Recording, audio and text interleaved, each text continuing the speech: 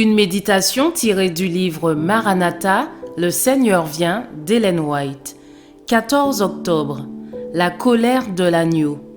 Les rois de la terre, les grands, les chefs militaires, les riches, les puissants, tous les esclaves et les hommes libres se cachèrent dans les cavernes et dans les rochers des montagnes.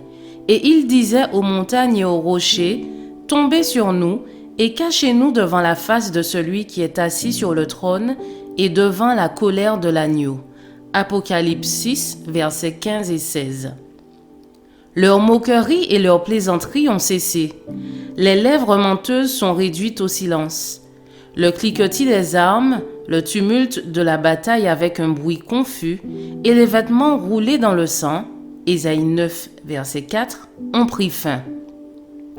On n'entend plus que des voix en prière et le bruit des pleurs et des lamentations.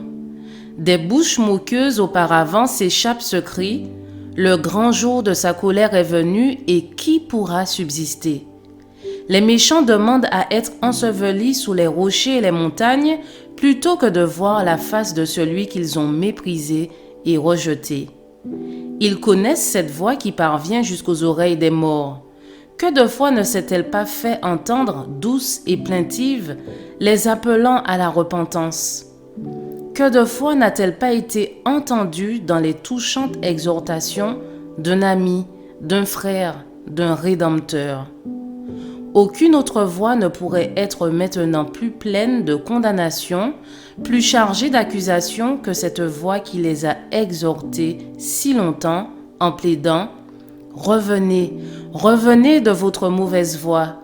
Et pourquoi mourriez-vous » Ézéchiel 33, verset 11.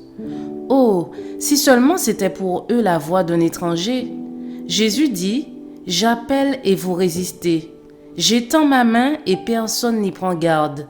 Vous rejetez tous mes conseils et vous n'aimez pas mes réprimandes. » Proverbe 1, versets 24 et 25.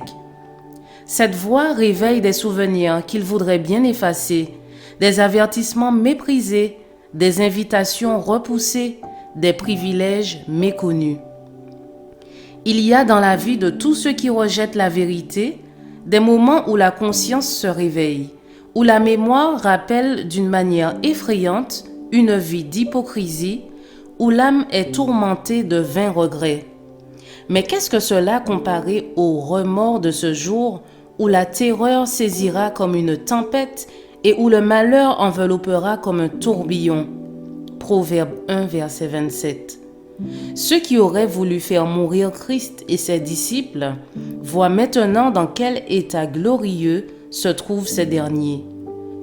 Au milieu de leur terreur, ils entendent les voix des saints s'écriant en de joyeux transports « Voici, c'est notre Dieu et nous avons confiance en lui, c'est lui qui nous sauve. » Ésaïe 25, verset 9. Je vous souhaite une excellente journée, que Dieu vous bénisse.